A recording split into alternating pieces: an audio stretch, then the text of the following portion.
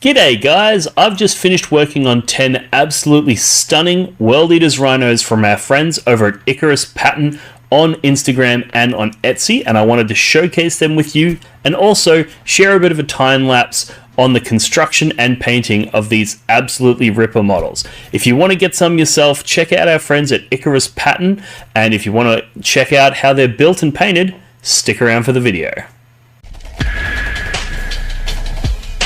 Exalted.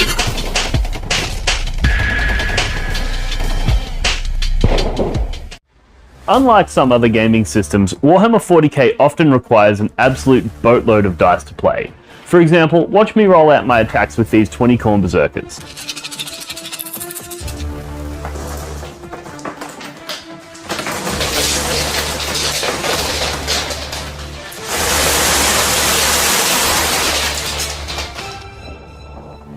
Follow the links in the description to get your Exalted dice today.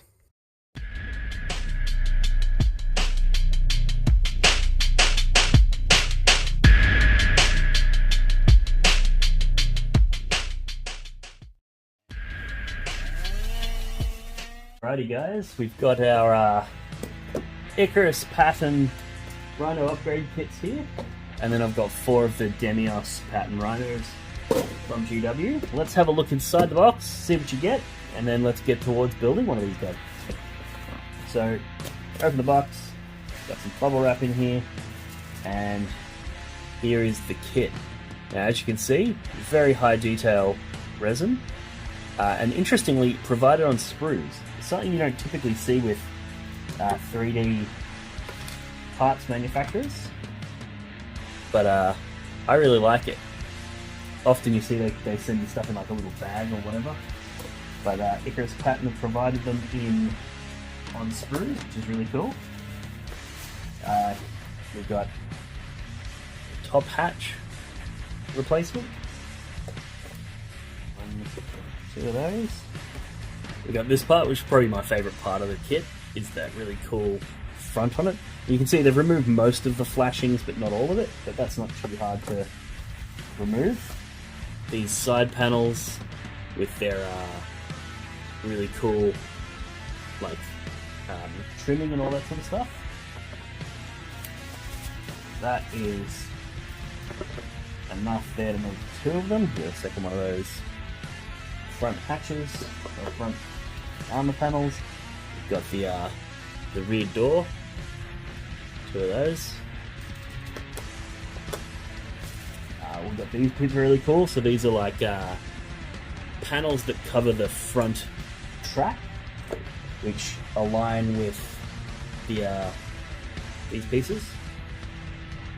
Create a really cool. You got the lines on that side. You got the lines on that side. Yeah, they're cool. Cover the front tracks, give it a bit more of a Khorne theme. And then we've got a few more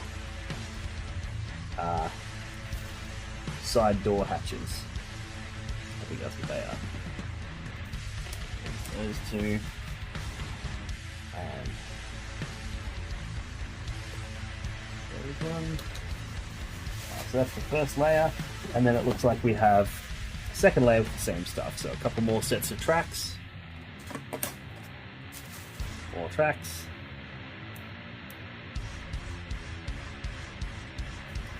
Giving me enough to make 4 of these bad boys. A couple more sections with the exhausts. A couple more loose. I think that's that one. That's this one maybe. Loose symbols. Cool. More top hatches. Next layer with your remaining larger pieces. That means, all up, we have enough here, in theory, to make 4 World Eaters style Ikarus Pattern Rhino. That is the contents of the box. Put that up over there. And now to lay it all out, we've got 1, 2, 3, 4 of these sections. Each Rhino must have 2 lots of tracks. Rhino's got one of those sections.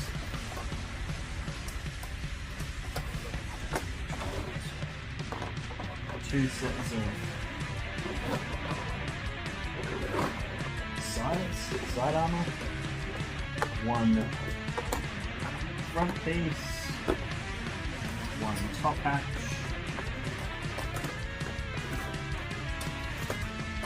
one back door. It's like one.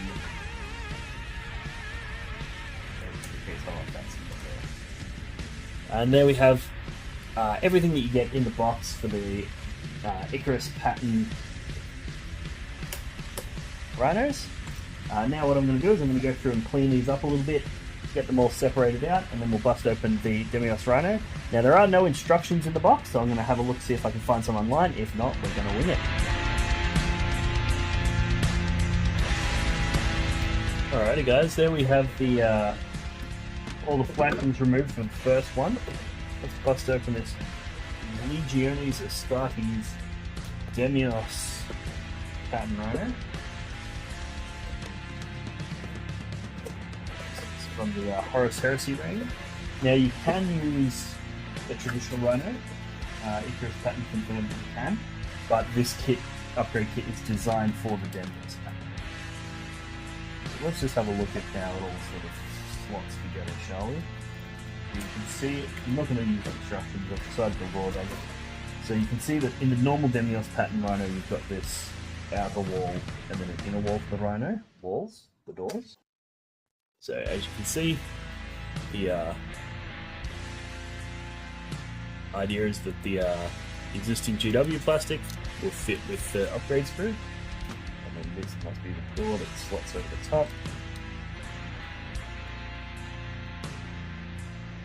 So, and then these exhausts go on the outside. So that's all pretty straightforward. What else we got? So I'm going to need those outside walls. This does unfortunately leave you with a whole ton of Rhino parts that you can't use, at least for this build. But you can use them to make terrain, for basing, things like that. It's not all waste. Now, it's a relatively expensive way to make a Rhino, but it's looks very cool. It's worth it. There's the two halves of the Rhino.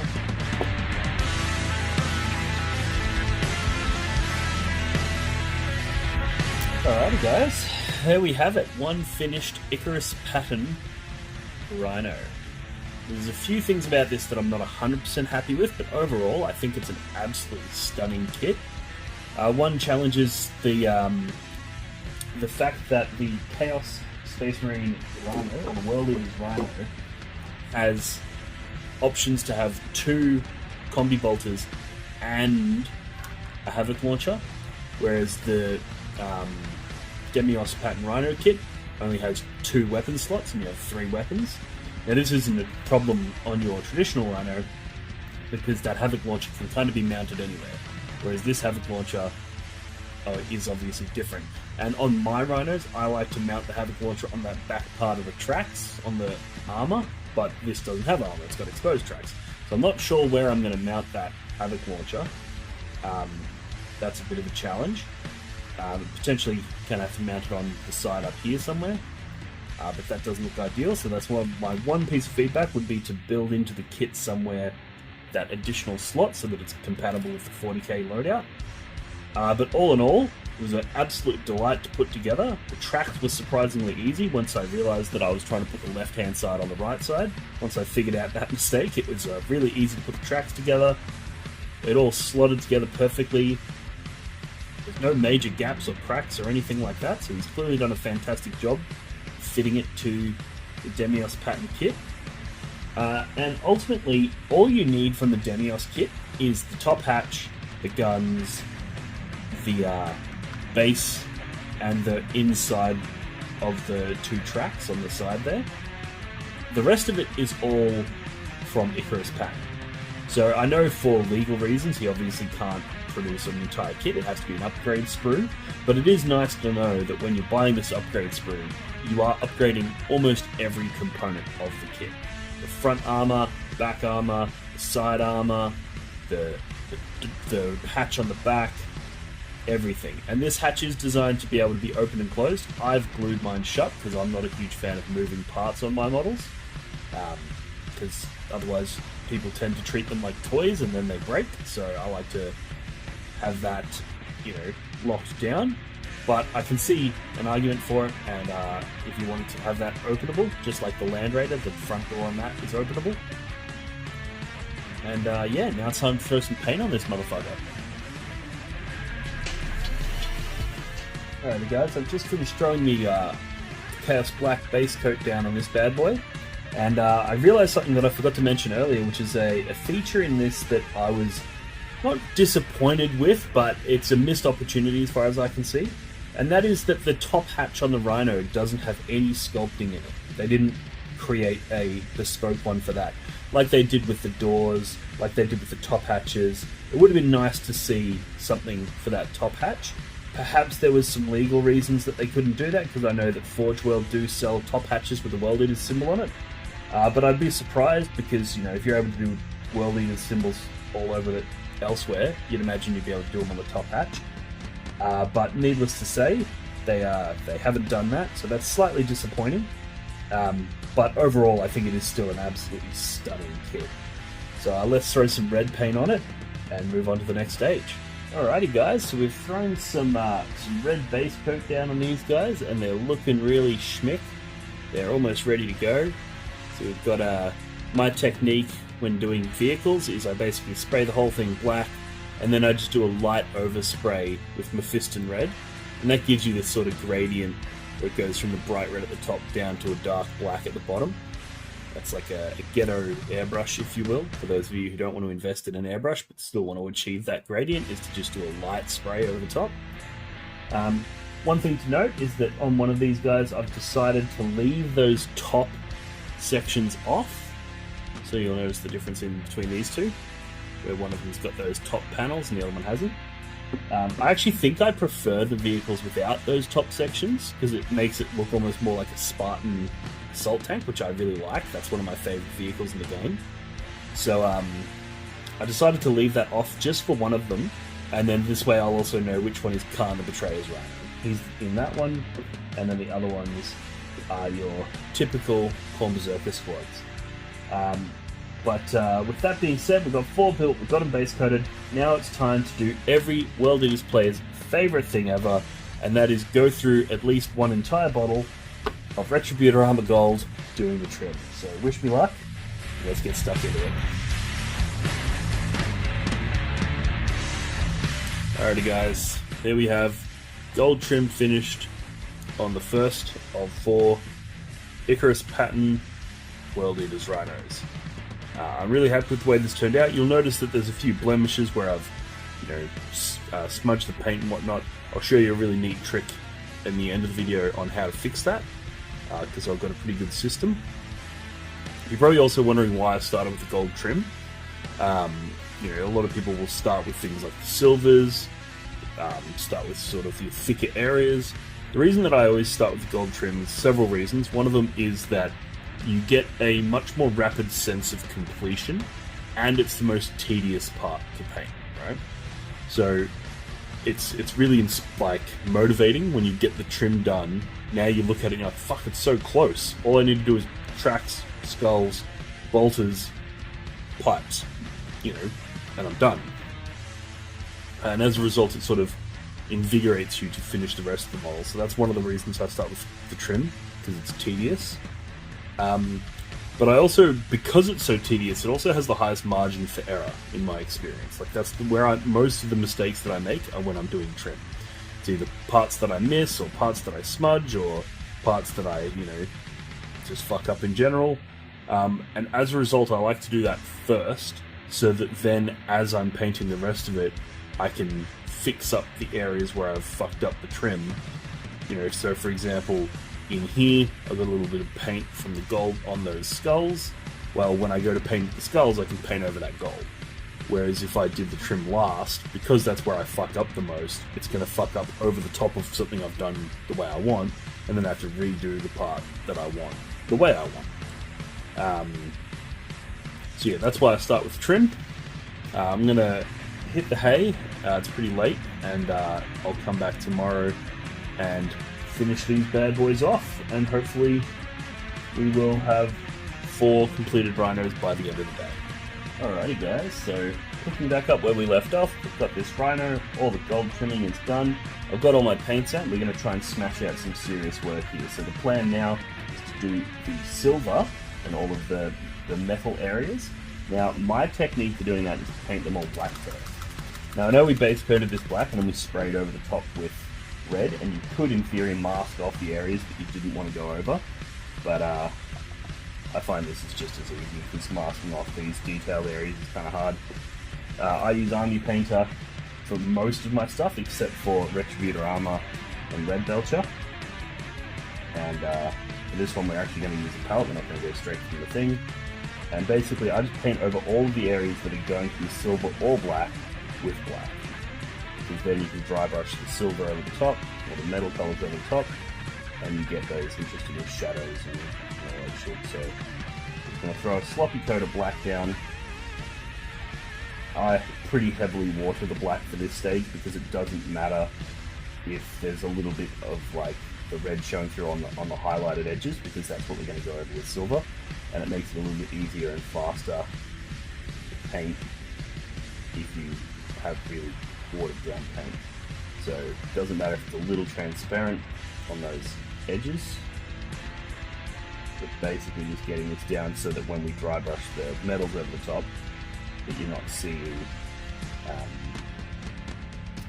red in the crevices. We want to make sure you see. Alrighty guys, that's all of the black done. Now a pro tip here is the key. People often ask me how I get everything finished so fast, and the key is impatience. That's really is the key. Just powering through it, not being patient, not waiting for it to get done. For example, starting to talk about how all the black's done when you haven't actually finished it, and then you spot a part that you have to add. But really that is the key, is if you just power through it, you don't stress too much about perfection. And then one of the tricks, the practical trick, is that while one color is drying, start painting the next color. Don't wait for that to dry. Like a lot of people in this situation would go, cool, the black's done, I'll put that down until the black's dried, and then I'll pick it back up and start painting the next color. But the problem is, the second you put it down, you're going to go do something else, and then you're going to struggle to pick it back up again because you've lost your motivation. So what I do is I go, cool, the black is now done, and it's all still wet, but while it's wet, I'm going to start painting the other colours. So we're going to go in for our bone. Now I use a 3-stage bone. I don't know if that's in the camera there yet. So first I do the dusty skull, then I highlight in skeleton bone, and then I do a final highlight in pale sand. And that's how I get my highlights. And what I do is I highlight it a little bit brighter than you would normally want it, and then I throw a Nuln Oil over the top, which brings it back down. So on the first pass they look quite bright, but they will get toned down eventually. Let's do some skulls on this motherfucker. Alright guys, there's the skulls in the front done. Now I'm going to do the greens and the blues on the inside of those World Eaters symbols on the front and on the sides and on the back. Very, very small, so it might be tricky, but let's see. For the greens, I use the Imperial Navy and then Crystal Blue. Sorry, for the blues. And then for the greens, I use Guardian Green and then Eternal Hunt. I'm going to do the blue first, because that's in the ocean crevices, and then I'll be able to overlay that green on top of that if I make a mistake. And this is what I mean by impatience. I've got the black and the bone still drying while I jump in and paint the blue. So I just do not put it down until it's finished. Alrighty guys, there we have all of the first layers down. So a few things to note, when I'm doing the green and the blue, I like to highlight that while it's still wet to sort of create a wet blend on the model. So that you, instead of getting those sharp contrasting lines between the highlight and the base color, you sort of get a blend. So that's how I do the greens and the blues. And now it's time to do my favorite part, which is just washing the entire model from top to bottom in Nuln Oil. And that's the part where I will actually let it wait. I'll let it dry, and I won't be impatient on that one. But basically all I do is grab a big fat old brush and just coat the whole cunt in Nuln Oil. Alrighty guys, here we are. In the time that it took the Nuln Oil on this first Rhino to dry, I was actually able to completely do the base coat and apply the Nuln Oil to the second Rhino. But what we've got here is essentially a fully completed, battle-ready Rhino.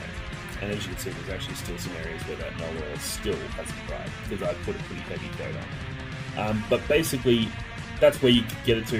You're good to go. You can play games. However, what I like to do is take it that one step further and add edge highlighting to the entire vehicle. This is probably the most time-consuming and unnecessary part of the process, but I think it makes them pop that little bit better. So that's what we're going to sit down and we're going to do that now. For the red, I use a combination of these three as my edge highlights: Wyvern Fury, Dragon Red, and Pure Red. And then for the gold, I edge highlight it back again with Retributor, and then I do a plate mail over the top of that. And then for the black, I do Deep Grey as my highlight over the black areas. And then for the skulls and the green and the blues, I just use the existing stuff, because with Nuln Oil, which brings it back down to a bit darker. So then when you put that same initial colour, it appears as a highlight, even though it's really the same colour. So with all that being said, there's some areas on this that are still yet to dry, but as I said earlier, the key to getting shit done is being impatient. So what we're going to do is we're going to highlight all the areas that are dry, whilst we wait for the areas that are not dry to highlight.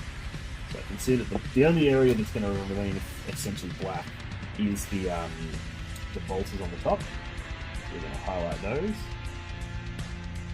And basically you would have noticed that there's some little bits of red that's still showing through. That's the highlights. That's the area we're going to highlight. Because when we painted it with that light black, that thin black, it seeped into the crevices, which revealed the edges.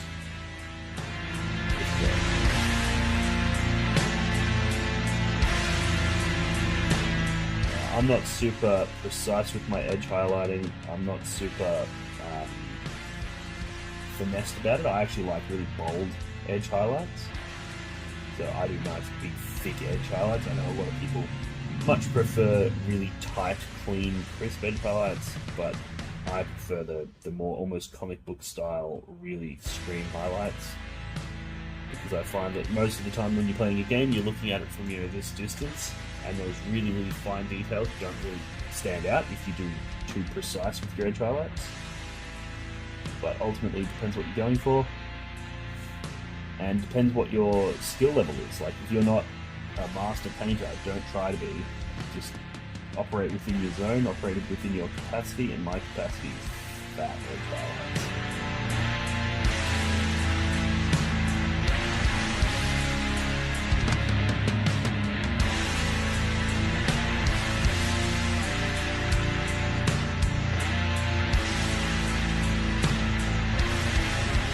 Alrighty guys, here we have it. A fully painted, fully edge highlighted Ikarus pattern World Eaters Rhino. Few notes when doing the highlights is that I use the 3 different reds, and basically all the sections down the bottom here are only highlighted with the darkest red, and then at the top I do the darkest red and the lighter reds, sort of creating layers, so that you don't have like a bright red highlight on this dark red base coat, but you do have a bright red highlight on the top. And yeah, that's pretty much all there is to it. So that took me about as long as it took me to paint all of the details on all of the rest of the other one. So the edge highlighting definitely takes a long time, but as you can see, if you put them side by side, like, the difference is quite stark. and it does look much better with all of those edge highlights applied. So I think it's worth it. It is a time-consuming process. Definitely get away with running them like this at a tournament. No one would bat an eye. But if you want to spend that time, putting those edge highlights really does make the vehicle pop. So that is where we're at. I'm now going to turn the camera off, and I'm going to spend the next couple of days painting the rest of these to get them up to that same standard.